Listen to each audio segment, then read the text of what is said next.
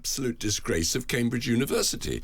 This is the greatest university since I went to it. It's actually the second greatest. No, you're wrong. It's the greatest. It's my father. But whichever well, it it's is... not really covered itself in glory, has it? It hasn't at all. It's brought disgrace on itself, and it's strayed from the point of academic excellence being the absolute criterion for everything, and so it should be. We're going to be unpacking the politics of the day, from Burnham's brand of blokey politics to why the atmosphere around Trump's top table is starting to fray, and our nicknames ever okay in the office. Welcome to the show, Binners. Yeah, thank you very much. Thanks, Ed. It's Michael Binyon, of course. Alys Denby's not made it into the studio yet, so perhaps we should just use this couple of minutes just to have a really blokey chat. A blokey chat on blokey things. When did you last buy pork scratchings? Oh, God, I'm an age. I don't really like them.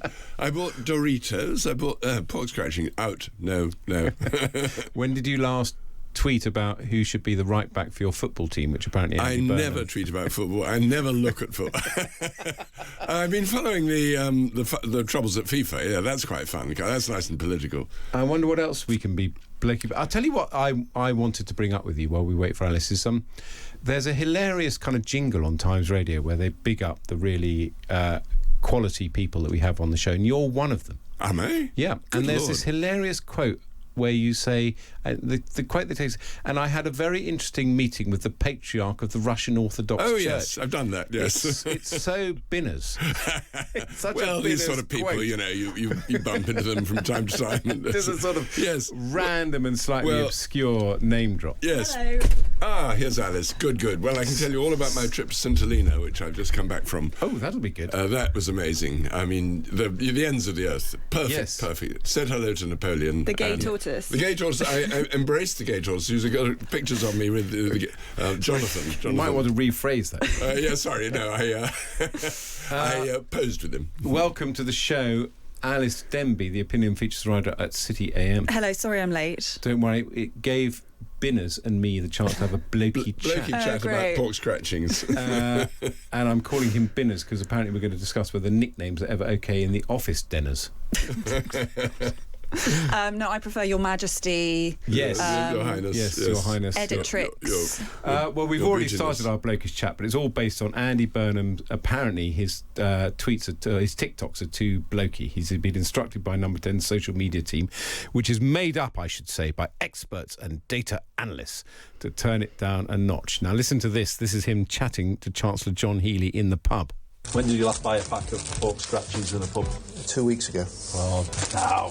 Talking about old school, I mean, come on. Scared people. Come on. And aside from pubs, he's also been very vocal about his love of football. Bukayo Saka sort of dinked a lovely crossover to Bellingham, and that was great. I don't know, though, the Congo game and Harry Kane's winner, I mean, he just put his foot through it, and he wanted a striker like me, you know that's like a hallmark of a quality finish.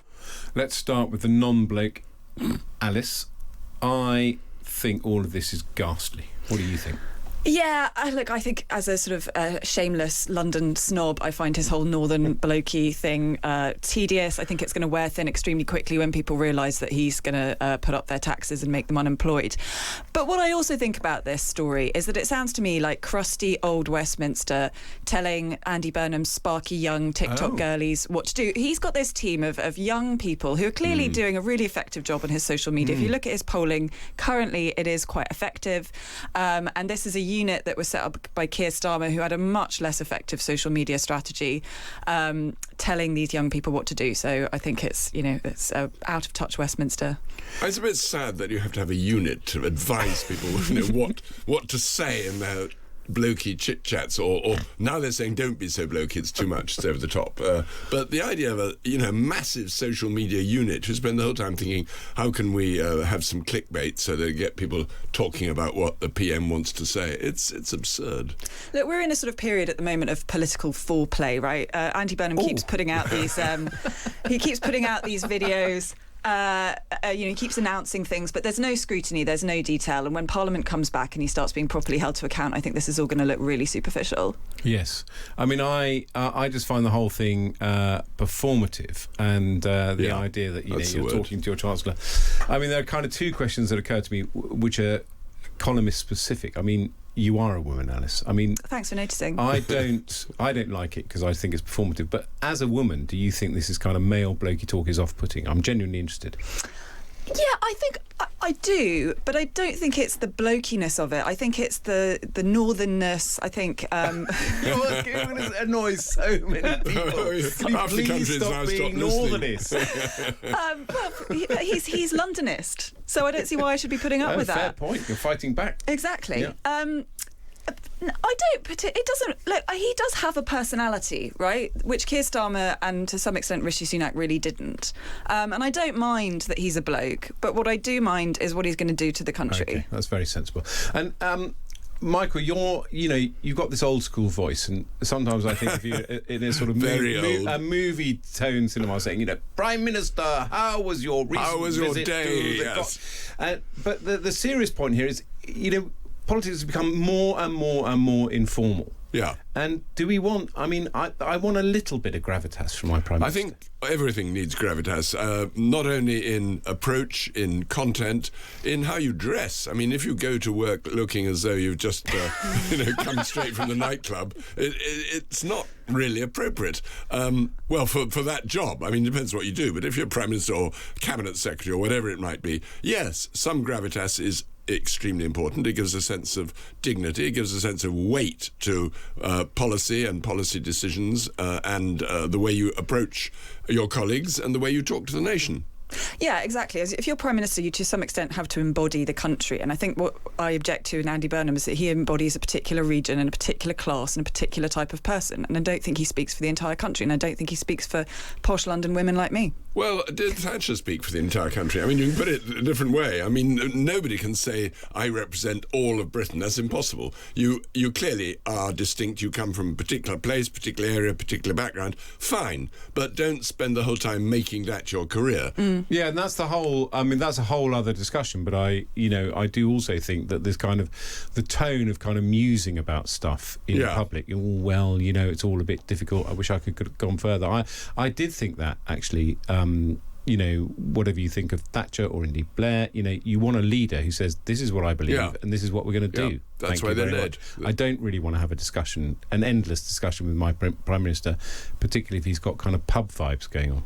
Yeah, and I think the point is, the real test of Andy Burnham is going to be his first budget, and if he chooses to take the country in a much more left-wing direction, he chooses to put up taxes, whatever it is he might do, well, he's got no mandate for that because he wasn't elected. Yeah, absolutely. We'll see how it all goes. We're going to come back in a minute. We're slightly early, actually, so I'm going to just segue and talk a bit, fill in the gap, because I want to make sure that Rob Malarkey's in his booth ready to do his thing. But we've had Lisa objecting to your performatism, Alys, of being anti-Northern. Well, I'm sorry, Lisa. She says it's gone too far. It's gone too far. I've no problem with the North. Look, my only point is that London is the most important economic asset this country has, and I don't think Andy Burnham believes in it. And also Mike in Wigan, oh no, not the soft southerner again, who didn't realise that the majority of UK productivity comes outside of London. 63%.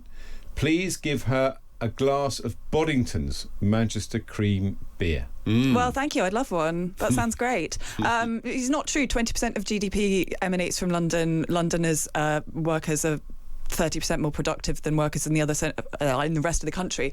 But obviously, by nature, the rest of the country does contribute to GDP as well.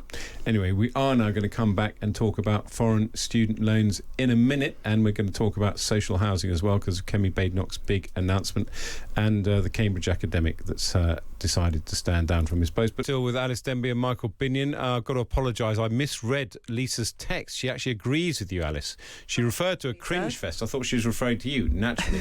Turns out she was referring to Andy Burnham. Lots of people texting to point out that Boddington's is now brewed in Wrexham in Wales. It's not the cream of Manchester. And lots of people coming in behind Alys to give Northerners a kicking. My North London brother, says Paula, and I are in 100% agreement with Alys. Huge fans of the Alys, Binners and Ed section. Well, thank you. Thank you very much. Nice the old team. You only read out the nice ones, don't you? That's true. There's about 10 nasty ones, but I managed to pick the nice. But Binners is clearly going to stick. let's talk about foreign student loans. It's on the front page of the Times today. 1 in 5 student loans are given to non-British citizens, make up around 20% of the total lending amount under the government scheme. That's around £4 billion in tuition fees, and most of these are for EU citizens, with 1 in 20 of all first-time loans actually going to Romanians. This is research done by Neil O'Brien, the Tory MP. Michael, I think this is part of the Brexit deal, that EU citizens are allowed access to student loans, but it's nevertheless fairly obvious that if you're a Romanian who comes to study here and you take out a loan and then you go back to Romania, it's probably a lot harder to get you to repay Well, of course, they just pocket the money and go home, and particularly where some universities are not really running proper courses at all. They're just enlisting people so that they can do some work on the side and, in fact, make some money, send it home, and then go home. But I think there's a distinction between EU citizens who have settled status. I mean, that's the point. If you're settled, if you've got right to remain in Britain and do live in Britain, then the fact that you have an EU passport, I don't think should be the point. The point is you are essentially a citizen or a resident of this country, and if you are a resident here and pay tax here, then it's just as possible to pursue you to repay your loan as if you are just transient and staying in for a few months or years. I mean, in principle, a way of cutting back on student loans is quite a good idea, because they've got out of control, and I'm afraid the interest rates on those you have to pay back are so horrendous anyway. They're not a good deal for most people. I think the issue that Neil O'Brien, who's a sort of Tory one-man think tank, has identified is that lots of Romanians are applying for settled status 5 years after the deadline supposedly closed. Yeah. That's the point. It's meant to have stopped 5 years ago. Yeah, so it is clearly a bit of a scam. It is, and I think the extraordinary statistic that he cited was that about 1 in 20 Romanians has settled or pre-settled status. I mean, I had no problem at all with our Romanian cousins, but Romania can't sort of self-annex itself to the UK. And Michael's absolutely right that, of course, the real issue here is that the whole student loan system's completely broken. The vast majority of these loans never get repaid. The interest rates are really punitive for those people who do. And I think there's something like, if you start earning something like 100k and you're repaying a student loan, you have a kind of marginal tax rate of something like 72%. So it's just a total trap. So the whole system needs an overhaul. I mean, let's align two stories, actually, because we're talking about foreign student loans, which is Neil O'Brien, the Tory MP's story, and then we've got Kemi Badenoch's announcement about social housing alongside Helen Whately, who's her shadow work and pension secretary. It's not great news management by the Tories, but they are dominating. The Tories are promising to evict foreign nationals from social housing in the UK if they return to power. Under the plans, any single person who doesn't have settled status or isn't British, Irish or EU citizen would lose their social home regardless of whether or not they have children. This was Helen Whately, the Shadow Work and Pension Secretary, on Times Radio Breakfast. If you look at the rate at which social homes are being built at the moment, to exactly that point, that we've reached a rate of around 10 to 12,000 new social homes being built each year. So at that rate, it will take years and years, clearly, to be able to provide social homes to everybody on that waiting list. One way that you can quickly increase the supply of social homes is exactly this approach that we're suggesting, because this will free up 230,000 social homes for British citizens to live in. I mean, it's interesting, isn't it? I mean, John has pointed out that the EU settlement scheme was designed so that people got pre-settled status with the expectation that they would later move to settled status. So Neil O'Brien saying that it's gone on too long may be actually misleading, but we can look into that. But the point I wanted to make, I mean, the social housing point is an interesting point, because on the one hand, it sounds like an unworkable policy. You can't evict 230,000 people. But alongside the foreign student loans, it is a policy, and we've seen a rise up the news agenda again of the small boats, of saying, enough is enough. We have a generous welfare state here, but it should be for British citizens and people who have the right to remain here, not anyone else. We shouldn't be taken advantage of, Michael. Well, you're absolutely right. Yes, I agree entirely. I think it's pretty crude and unsavoury, and in fact cruel, to just turn families out and say, right, you're on the streets now, fend for yourself. It's not, however, as though they're saying, you can't find private accommodation. I mean, perfectly reasonable to say you will have your rent for another, a year or so, and then we expect you to move to private accommodation. And it's also perfectly reasonable to give priority to British citizens. There are a lot of people in real need, British citizens, waiting for accommodation and waiting for a home, and they're not building them nearly fast enough. So there's a huge shortfall, and clearly, reward your own people first.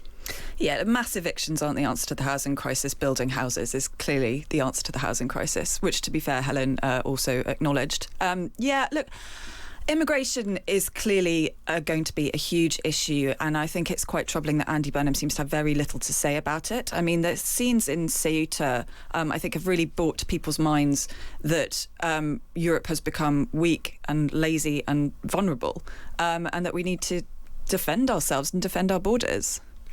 I mean, it's interesting that Andy Burnham has avoided, partly because he's been taken up with the whole early release scheme, plus the fact that he's on holiday, but he has avoided addressing these issues, but they're coming up thick and fast, aren't they? I mean, immigration is really firmly back on the agenda, even though the immigration numbers have been massively reduced, arguably because of the Tory policies that were put in.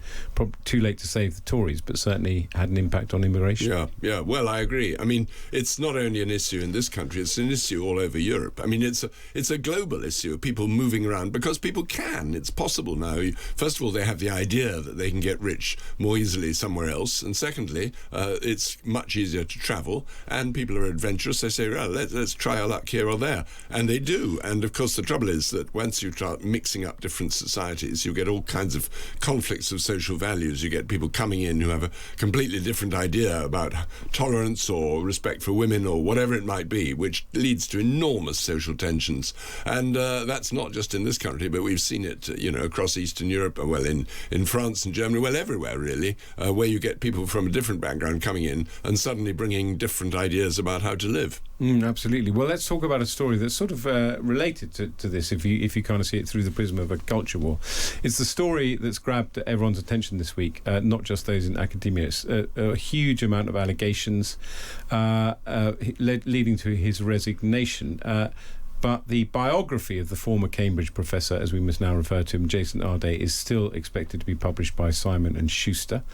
It's been revealed as well that his boss, who's the head of the Faculty of Education at Cambridge, she's a lady called Professor Hilary Kremin, gave her full backing to Arday despite being presented with evidence of his alleged plagiarism in 2023. I mean, there's a fairly obvious question to ask, Alice, which is, is this a story that has resonated because people have an axe to grind about what is called DEI, diversity, equity and inclusion, or is it a more just straightforward story about how on earth did someone with dubious credentials get into such an important position?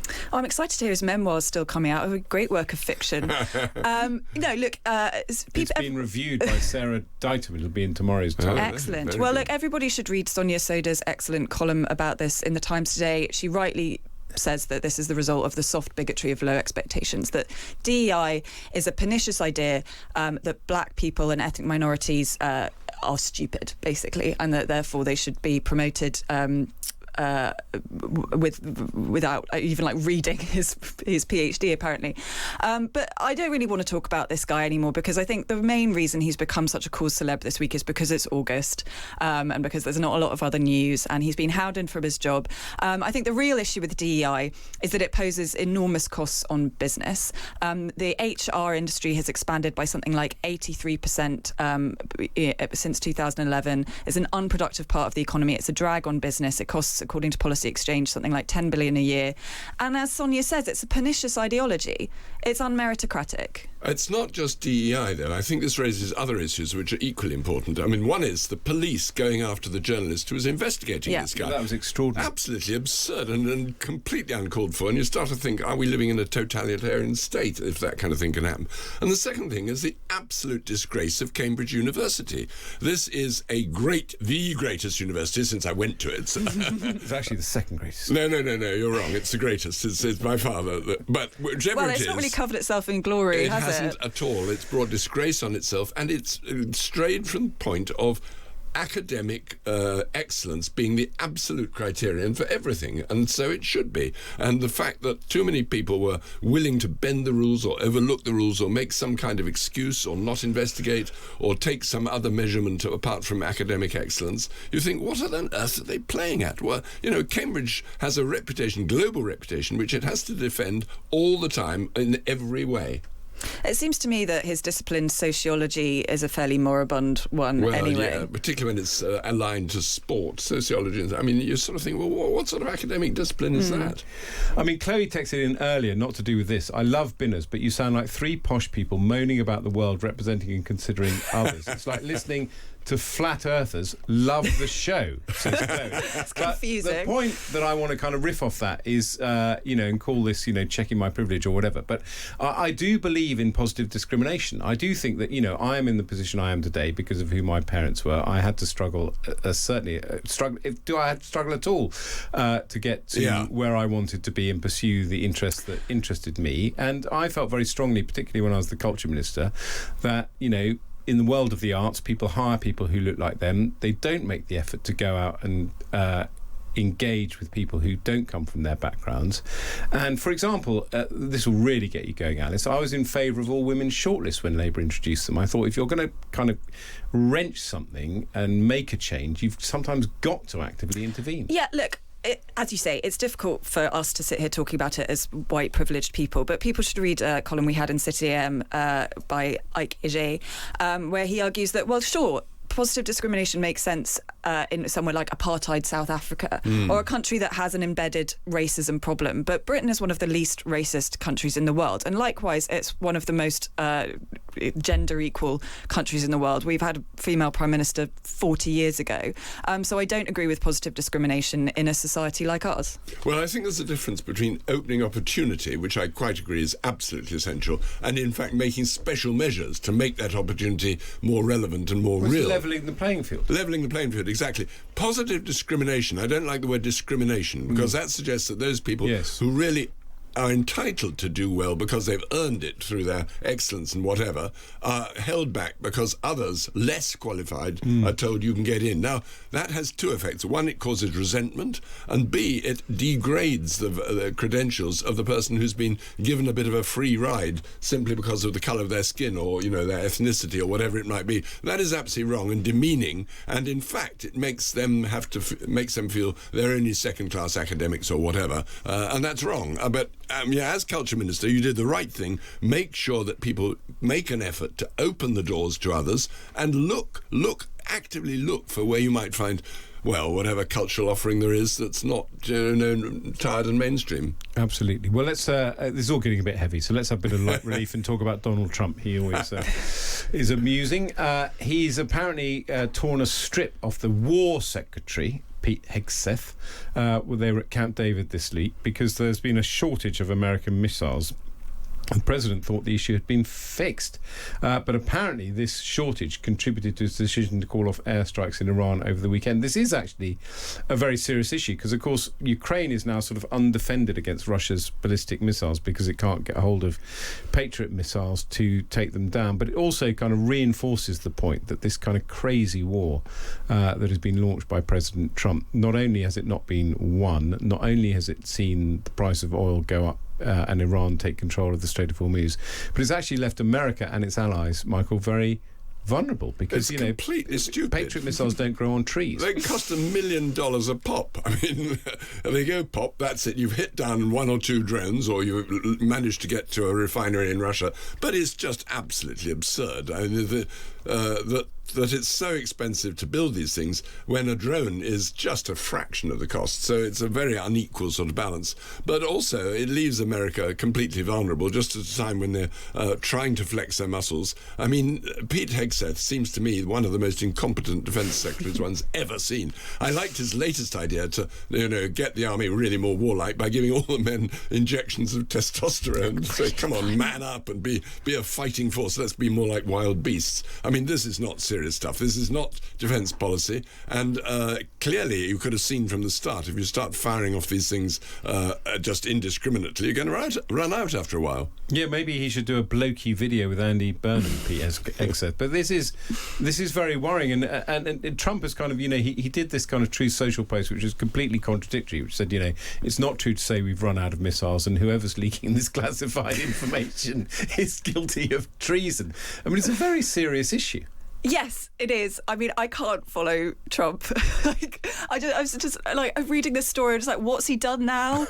I just think it's a sign of where we are in the world, that you just kind of read something completely insane like this and you just have to shrug. It's like, well, they fired all the missiles in this pointless war. I despair. You know what you need is a drink. And are you going to have your drink standing up? Westminster Council apparently has decided to ban vertical drinking in pubs. The government's weighed in. Spokesperson for Number 10 said busy pubs full of people talking to each other is not a public nuisance. It's British life and it's thousands of jobs. The Prime Minister encourages local leaders to work with the industry so that pubs can continue to thrive. I don't want to put too much of a dampener on this, but the Westminster Council responsible, Tim Barnes, has said this is an absolute classic August silly season story, because they're not proposing to ban vertical drinking. They're just saying that people will be treated kindly if they're planning to put more seating in pubs, that Westminster will lean into more seated pubs. But obviously no one wants to ban people standing on the pavement. You don't regard it as a nuisance as you fight your way through happy city If you're traders. lucky, you can either spill somebody's beer and get a fight going, or you can actually get one yourself. I mean, in my day, we're talking 100 years ago, when I first started going to pubs, nobody sat down. It was completely unknown. There were a few seats, but nearly everybody stood in the pub and drank beer or whatever that way. Of course, people mostly drank beer. I mean, it seems better drinking beer standing up. But the idea that you put in so many seats that nobody can, find room to crowd in a corner is ridiculous, because then you never get people talking. If you're all standing together, you sort of bump into conversations and you join in groups, and all of a sudden you've got a social group going. I mean, Westminster Council's Tory, so it's no wonder the Labour mayors. I feel like Neil Kinnock, a Labour council. This is a Tory council. We're supposed to be the party of fun, of business, and of freedom. I can't believe they're even thinking of this. Insane. Soho should be a place where everybody is standing in the street having a drink, and Westminster Council, I don't know what they're thinking. Absolutely. Finally, Denny, in the Times Diary today, there's a story about Louise Haigh wanting to be known as Lou around the office. This has now sparked off a whole debate about nicknames, or I don't regard Lou as particularly a nickname. She's Chancellor of the Duchy of Lancaster, Minister for the Cabinet Office and First Secretary of State. Michael, do you have a nickname? Well, you seem to have given me one, namely Binners. Binners does work, but surely at school you were called Binners. Well, funnily enough, people came up with the same nickname there. Yeah. There's obviously some way of it, it's better than being called Bunyon or Onion or something like that. I think putting ers on people's names, that's pretty common. A lot of people have nicknames like that. But no, and I don't really go by nicknames, and I don't get called Mickey or Mike or... go to America. Are you very much a Michael? Yeah. If I go to America and people say Mick or Mike... But if you had a new friend and he said, after a couple of weeks of knowing you, he rang you up and said, "Hi, Mike, how are you?" Would you say, "I'm so sorry, but could you..." It's Michael here, yes. Would you say that? Or would you I roll no, with that Mike? would be rather rude and rather... but I would just sort of, quietly and tactfully just not use the name myself. But nicknames, I mean, Lou, well, it's all part of this informality. She comes in street... I used to call David Cameron Prime Minister. Quite right. Yes, Prime Minister. Prime Minister. When we were teenagers. No, I used to call him Prime Minister, because I thought, we're only going to be in these jobs for a certain period of time. We might as well use the title. Yes, that is the respect for the office. Soz. Did you get people to call you Soz? SOS. No, I was never an SOS, sadly. I know civil servants always refer to their principal as Soz, but if you're a parliamentary undersecretary, you have to be a puss. Yeah, really? Which is not... I was a puss. Yes. There's POTUS, of course. POTUS, yes. is a good one. I like POTUS. Yes. POTUS is good. But POTUS is rather more impetus, I would say. Alice, what's your view on nicknames? I'm in favour of them, but I don't like your Denners, Denny, Some of my friends call me Bendy. Let's not get that one going. That's a nice one. Let's dwell on Remember that one. Alice, What are you? What are you? Because of Denby. Bendy, yeah. Yes. Denby, yeah. Vaizey. Are you going? Yeah. Well, I mean, I obviously get... I mean, my mother calls me Edward. My university friends call me Eddie, which I quite like because, I'll bump into someone and they'll start referring to me Eddie, and I think, oh, God, I've known you a long time. Now I'm known as Ed. My production team refuses to call me Eddie. I'm obviously known as Lazy Vaizey. Lazy Vaizey. Very Vaizey. nice. Literally Yes, goes very without nice. saying. I'm obviously known as Crazy Vaizey. And then Equally just good. to really annoy my listeners, because they hate it when I talk about myself and how I used to be an MP, when I became a peer... Yes. Are you all yes. reaching for the text buttons? No. I wanted tell to us more. change my name. I'm Lord Vaizey of Didcot, but I wanted to be called Lord Didcot. And I was told very firmly that it was infra dig to change your surname, although then dozens of people did. And the reason is, shall I tell you why this is weird? I then wanted to be known as Eddie Didcot. Eddie Didcot. It was better Because than it Eddie makes Parkway. me sound like a 1950s Formula One driver. Yeah, it does. Yeah. I can see it. Well, so you are.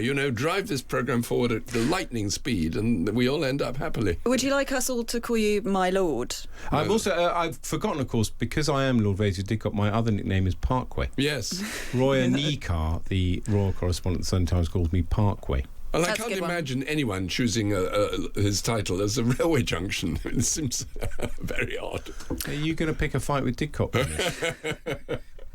I think the point about nicknames, aren't they? They're quite charming, but they're also a little bit, Yeah. they're also making you a little bit ridiculous here with all these nicknames. And it's very much old school. I mean, old school in the sense of upper class privilege. Public Yes. school, everyone called each other by their surname. You were never known as Michael or David or whatever it might be. Surname only, which was inevitably shortened or twisted or made into a nickname, and that was the whole point. And people went on persisting, writing to each other in their 70s, dear Snoozy. I know. That's true, actually, didn't they? Even when they were sitting in the cabinet. They called each other by their silly schoolboy nicknames. Anyway, I think we'll just take a neutral view on nicknames. Use them if you want to and don't use them if you don't. Michael Binyon, Binners, Alys Denby, Bendy, thank you so much for coming on the show and being, as usual, such thanks, excellent... Crazy Vaizey. Thanks, Eddie.